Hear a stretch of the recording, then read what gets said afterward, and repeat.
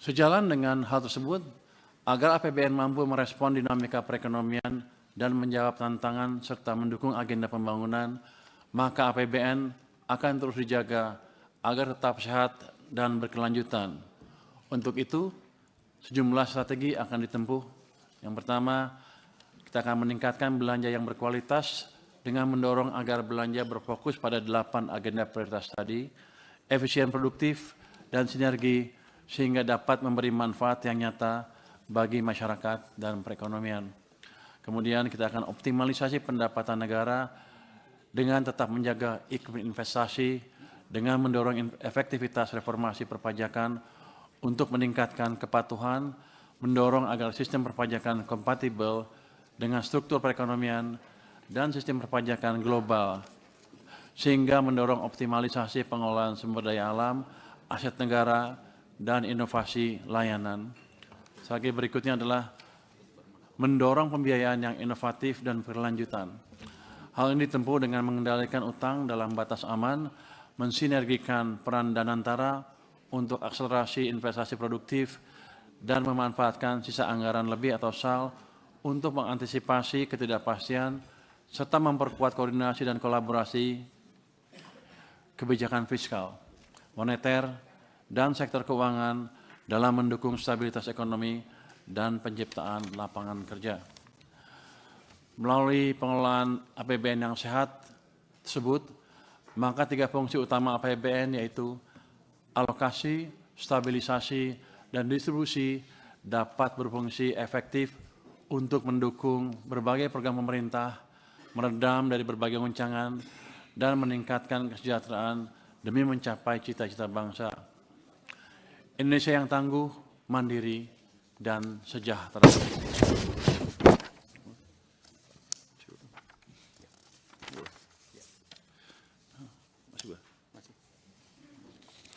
Kementerian Keuangan berperan strategis dalam pengelolaan APBN agar tetap sehat dan berkelanjutan.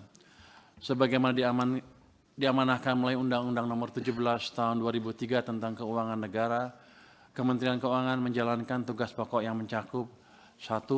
Perumusan kebijakan fiskal, 2. Pengelolaan utang negara, 3. Pengelolaan aset negara, 4. Pengelolaan kas negara, 5. Pengawasan dan pengendalian, serta 6. Akuntansi dan pelaporan keuangan. Selain itu, Kementerian Keuangan juga menjalankan fungsi khusus yaitu sebagai Bendahara Umum Negara, Chief Financial Officer Negara, dan Koordinator Hubungan Fiskal antara pusat dengan daerah. Seluruh pelaksanaan tugas tersebut tetap mengacu pada prinsip transparansi, akuntabilitas, value for money, dan prediktabilitas. Prinsip-prinsip ini menjadi landasan agar keuangan negara tetap kredibel dan dipercaya, sekaligus menjadi instrumen yang berkelanjutan dalam menjaga hubungan antara negara dengan rakyatnya.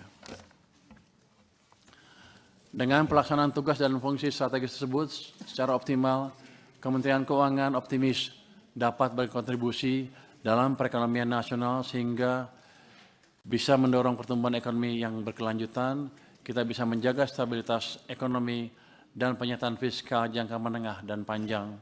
Kemudian kita juga menciptakan aktivitas program pembangunan nasional dan juga ketahanan fiskal dalam menghadapi berbagai goncangan. Target-target yang disusun dalam RAPBN tahun anggaran 2026 yaitu 1. Target pendapatan negara pada RAPBN tahun 2026 ditetapkan sebesar Rp3.147,7 triliun. Sementara itu, belanja negara ditargetkan mencapai Rp3.786,5 triliun pada RAPBN tahun 2026. Adapun target pembiayaan pada RAPBN tahun 2026 adalah sebesar Rp638,8 triliun. Semua akan dikelola secara prudent dan profesional. Apabila dilihat berdasarkan sumber daya dan pengelolaan APBN, rasio belanja Kementerian Keuangan terhadap dukungan penerimaan serta pengelolaan belanja negara semakin efisien dari tahun ke tahun. Izin Pak Ketua dan anggota Komisi 11 DPR RI. Berikutnya, izinkan saya mendelegasikan ketiga wamen untuk dapat menguraikan detail rencana kerja Kemenkyu yang akan dimulai dengan Pak Suhasil. Ya, silakan Pak Suhasil. Izin Pak Ketua. Yang kami hormati Bapak Ketua, Bapak-Bapak Wakil Ketua, Ibu Bapak anggota Komisi 11, bagian kedua dari paparan RKA BA15 ini adalah menguraikan rencana kerja dan pagu anggaran Kementerian Keuangan tahun anggaran 2026. Pak Ketua, Bapak-Bapak Wakil Ketua dan Ibu Bapak sekalian, seperti tadi telah disampaikan, Kementerian Keuangan melaksanakan program pengelolaan keuangan negara yang kami laksanakan dalam 5 program, yaitu program kebijakan fiskal, sektor keuangan dan ekonomi. Kedua, program pengelolaan penerimaan negara, program pengelolaan belanja negara, pengelolaan perbendaharaan kekayaan negara dan resiko, dan terakhir program dukungan manajemen. Kelima program ini dilaksanakan oleh keseluruhan unit eselon 1 Kementerian Keuangan yang sifatnya kolaboratif dan bukan segregatif. Kemenkyu juga melaksanakan tugas khusus melalui 7 badan layanan umum atau BLU, yaitu LPDP, BPDP Sawit, LDKPI, BPD Lingkungan Hidup, PIP, Elman, dan PKN STAN, yang nanti dalam pendalaman juga dapat dilihat secara lebih detail. Ultimate outcome Kementerian Keuangan adalah pengelolaan fiskal yang proaktif dan adaptif untuk kedaulatan pangan dan energi serta ekonomi yang produktif dan inklusif. Ini adalah untuk mendukung pencapaian rencana kerja pemerintah tahun 2026 yang bertemakan kedaulatan pangan dan energi serta ekonomi yang produktif dan inklusif. Keseluruhan pekerjaan ini kami tuangkan dalam balance scorecard yang bisa dilihat di sebelah kanan, 5 program di dalam kotak, di dalam yang dilingkari 5 tersebut dengan target-targetnya di dalam masing-masing tempat, dan di balance scorecard ini nanti didetilkan lagi ke dalam berbagai macam KPI dan target-target outcome dan seterusnya. Sebelum kami menguraikan detail dari 5 program ini, kami juga ingin menyampaikan di slide yang berikutnya, Kementerian Keuangan menjalankan keseluruhan itu dengan sumber daya yang terus kita kelola untuk menjadi lebih modern dan lebih terpercaya.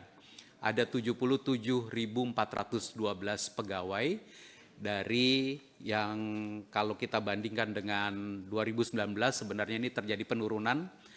2019 pegawai Kementerian Keuangan itu 82.468 pegawai, sekarang 77.412 pegawai. Kebijakan-kebijakan SDM kita termasuk memenuhi pegawai baru secara selektif, komposisi kita perhatikan terus, kompetensi kita terus tingkatkan, budaya pegawai, well-being dan juga manajemen serta pembangunan digital workplace untuk bisa pegawai kita menjadi lebih kompeten dan bekerja dengan secara digital.